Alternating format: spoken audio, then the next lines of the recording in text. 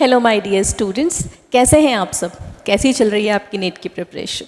जैसे कि आप सबको मैंने प्रॉमिस किया था लास्ट क्लास में जब मैंने आपको एनिमल किंगडम का टॉपिक रिवाइज करवाया था और क्वेश्चन सॉल्व करवाए थे कि ऐसे ही लगातार मैं आपके लिए और भी टॉपिक्स के क्वेश्चंस यहाँ पे डिस्कस करने वाली हूँ। और उसी सीरीज़ में आज का जो टॉपिक हमारा रहने वाला है that is structural organisation in the animals. तो मैं आपकी होस्ट यहाँ पर उर्वशी गौर, आपके लिए आपकी टीचर जो आपको यहाँ पे टॉपिक डिस्कस करवाने वाली हूँ, आपका साथ चाहती हूँ ताकि ऐसे ही हम बहुत सारे टॉपिक्स के क्वेश्चन हमारी नीट की प्रिपरेशन को स्ट्रॉन्ग करने के लिए सॉल्व कर सकें। चलिए तो स्टार्ट करें। सो जैसे कि आप देख पा रहे हैं पहला question that is the match the column, और मैंने आपको लास्ट क्लास में भी ये टिप दिया था कि मैच द कॉलम आपको एग्जाम के दौरान सबसे पहले अटेम्प्ट करने हैं। ये क्वेश्चन मार्क्स गेनिंग है, स्कोरिंग है, और यहाँ पर मिस्टेक होने के चांसेस कम से कम होते हैं, बिल्कुल नेग्लिजिबल है। ठीक है, चलिए।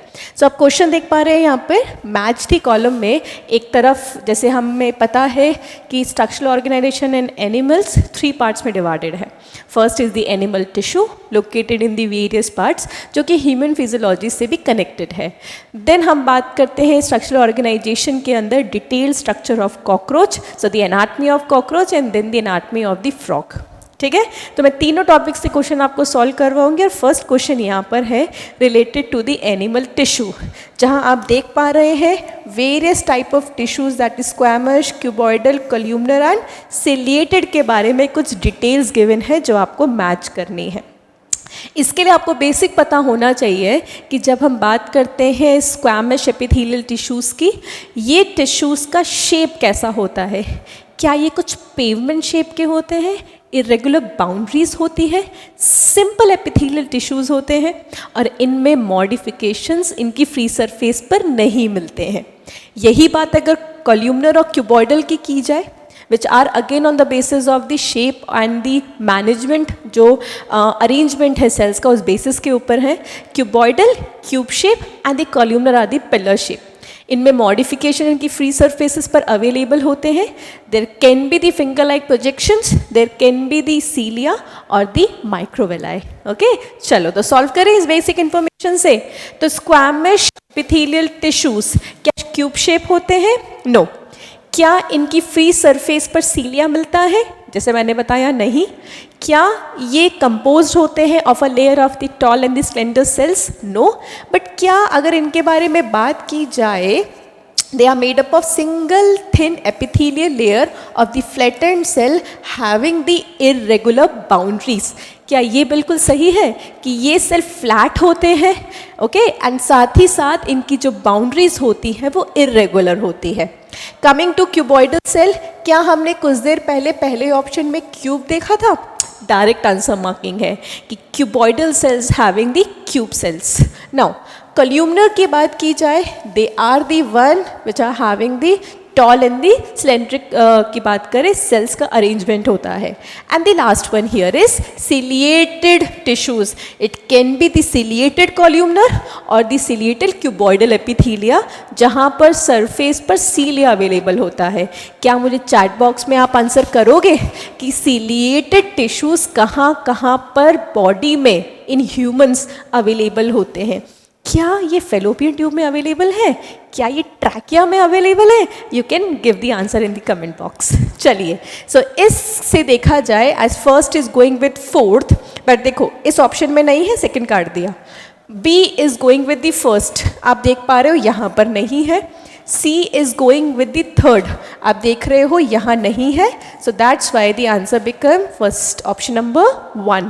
A goes with fourth, B goes with first, C goes with third and the D goes with the second option. आया? चले नेक्स्ट वाले क्वेश्चन पे चलो। So next question यहाँ पर है from the cockroach, एक डायग्रामेटिक क्वेश्चन है। फ्रॉम द लास्ट 2 years हम देख पा रहे हैं कि डायग्राम बेस्ड क्वेश्चंस का नंबर भी इंक्रीज होता चला जा रहा है। सो कोशिश करना कि नीट के एग्जाम में जाने से पहले आप कुछ इंपॉर्टेंट डायग्राम्स की एनसीईआरटी के लेवल पर प्रैक्टिस कर जाए, because the diagram will be coming surely from the NCERT level. चलिए, सो यहाँ पर आप देख पा रहे हो कि ये क्वेश्चन है from the digestive system of the cockroach, जहाँ पर कुछ लेबलिंग्स आपको आइडेंटिफाई करनी है। जब हम कॉकरोच के डाइजेस्टिव सिस्टम की बात करें, the cockroach digestive system consist of the pharynx, salivary gland, then it have the oesophagus, gizzard, crop, correct है, हेपेटिक सीका, ऐसे ही कुछ स्ट्रक्चर्स यहाँ पर गिवन है। Divided into 3 parts, foregut, midgut and the hindgut. चलिए, सो हम देख पा रहे हैं, फर्स्ट ऑप्शन की बात करें तो आप देख रहे हो कि चारों ऑप्शन के अंदर एक ही मार्किंग की हुई है सलाइवरी ग्लैंड के साथ, करेक्ट। तो फर्स्ट तो फॉर श्योर क्या आने वाला है यहाँ पे, this is the salivary gland. Next is हमारे पास है ऑप्शन नंबर बी। क्या आप बता पाओगे कि बी क्या है? Is that a small narrow tube और द डक्ट? बिल्कुल सही है। तो ये क्या है? This is the oesophagus. Oesophagus आप देख पा रहे हो सारे ऑप्शंस में है। अब चलते हैं सी ऑप्शन पे। तो जो डिफरेंस क्रिएट हो रहा है वो सी ऑप्शन के अंदर है। सी में यहाँ पर आप देख रहे हो गिजार्ड, यहाँ देख रहे कॉप, यहाँ क्रॉप, यहाँ गिजार्ड। तो पॉइंट टू नोट इज कि जब हम सी ऑप्शन को देखें which is a sac like structure here present, तो मुझे बताओगे कि ये क्या है? ये क्रॉप है कि ये गिजार्ड है? काइटिनिशियस टीथ्स कहाँ पर मिलते हैं, क्रॉप में कि गिजार्ड में? जहाँ पे डाइजेशन एक्चुअली देखने को मिलता है। जी, ये जो सी ऑप्शन है that will be crop, it will not be the gizzard. क्या समझ में आई बात? आगे देखी जाए तो यहाँ पर आप देख पा रहे हो नेक्स्ट ऑप्शन इज, जैसे कि हमने बोला कि अगर ये क्रॉप है तो next will be gizzard here. Gizzard के बाद अब देख रहे हो यहाँ पर भी क्रॉप है, गिजार्ड है, यहाँ पर भी क्रॉप है और गिजार्ड है। यहाँ देखा जाए नेक्स्ट ऑप्शन, मतलब ये तो नहीं आएगा आंसर, करेक्ट। यहाँ देखा जाए नेक्स्ट इज हेपेटिसिका एंड मैल्फिगियन टिब्यूल। तो ज़रा बताओ कि फोरगट और मिडगट के जंक्शन पे कौन सा स्ट्रक्चर मिलता है जो कि डाइजेस्टिव जूस रिलीज करता है, हेल्प इन द डाइजेशन? क्या ये मैल्फिजियन टिब्यूल होंगे या फिर ये हेपेटिक सीका होगा? चलो फटाफट से कमेंट पे आंसर कर दो। सो बिल्कुल सही है कि यहाँ पर ये हेपेटिक सीका होगा, ना कि ये मैल्फिजियन टिब्यूल होगा, क्योंकि मैल्फिजियन टिब्यूल जो यहाँ ऑस्मो रेगुलेशन एक्सक्रीशन में मदद करने वाला है वो मिडगट एंड हिंडगट के जंक्शन पर मिलता है, correct. So the answer will be option number second. जो डी की मार्किंग जाएगी gizzard, E for hepatic caeca, F for the midgut and the G1 here is malphigian tubule present on the junction of the midgut and the hindgut. चलिए आया। तो अगर basic strong है, अगर पता है दिमाग के अंदर, क्या अगर आपने एनसीईआरटी में डायग्राम्स देखे आंखों के सामने से निकले हैं तो एक क्वेश्चन सॉल्व करना बहुत आसान हो जाएगा, क्योंकि हमें ध्यान रखना है कि जितना हो सके उतना बायो के लिए तो एटलीस्ट टाइम कंजम्पशन हम कम से कम रखें एग्जाम के दौरान, ताकि फिजिक्स के क्वेश्चंस को सॉल्व करने के लिए ज़्यादा समय मिल सके। सही है। Next, there is an assertion reason from the frog part. So आप देख रहे हो assertion says that frog do not have a constant body temperature. Their body temperature varies with the temperature of the environment. तो ये अपना body temperature maintain नहीं कर सकते। ये बात हमने एनिमल किंगडम में भी पढ़ी होती है कि फ्रॉग्स की अगर बात करें, they are the chordates, they are the vertebrates, tetrapoda belonging from the amphibian side.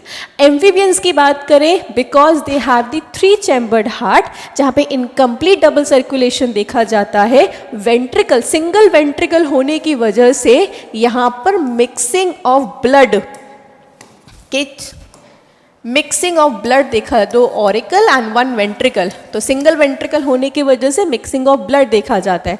And we know blood is responsible for maintaining the temperature. तो जहाँ पर मिक्सिंग ऑफ ब्लड है, मतलब deoxygenated and oxygenated blood mix हो रहा है, वहाँ blood body temperature maintain करने में ज़्यादा मददगार साबित नहीं होगा। इसी वजह से फ्रॉग्स का टेम्परेचर इन्वायरमेंट के साथ चेंज होता है और उन्हें नाम दिया गया है कोल्ड ब्लडेड ऑर्गेनिजम्स और दी पोकिलोथर्म्स। तो यहाँ पर आप देख पा रहे हो रीजन सेज कि इसी वजह से ये कोल्ड ब्लडेड है and the organisms which are not able to maintain their body temperature by their own. So this is a correct assertion reason as well as reason is a correct explanation of the assertion. चलिए, so this was the question. And हमारे पास यहाँ पे जो last question है that is again related to frog, और यहाँ पर क्वेश्चन है उसके रिप्रोडक्टिव सिस्टम से रिलेटेड, जहाँ पहला स्टेटमेंट लिखा हुआ है कि फ्रॉग, देखो इन क्वेश्चंस को, एमसीक्यूज को, मल्टीपल चॉइस क्वेश्चन को सॉल्व करने का सबसे बेसिक ट्रिक है कि आप कोशिश करो कि यहाँ स्टेटमेंट्स को अपनी नॉलेज के हिसाब से पहले आप क्या करो, एलिमिनेट कर दो। सो बायो के अंदर elimination is a better approach as compare to 4 options में से सही आंसर को खोजना। हम अगर फ्रॉग की बात करें तो बोला गया है कि क्या फ्रॉग में एक कॉमन स्ट्रक्चर होता है नोन एज क्लोएका, जहाँ पर कुछ जो ओपनिंग्स हैं वो ओपन होती हैं। It's a common passage for the faecal material, for the urine and for the gametes. तो पॉइंट टू नोटिस, ये बिल्कुल सही है कि जब फ्रॉग की बात करें, it serve as a common opening for the fecal material excretion, for the urine transfer and for the gamete transfer. Female frog में जो ovaries होती है, क्या वो functionally connected होती है with the kidney? So this is an incorrect statement.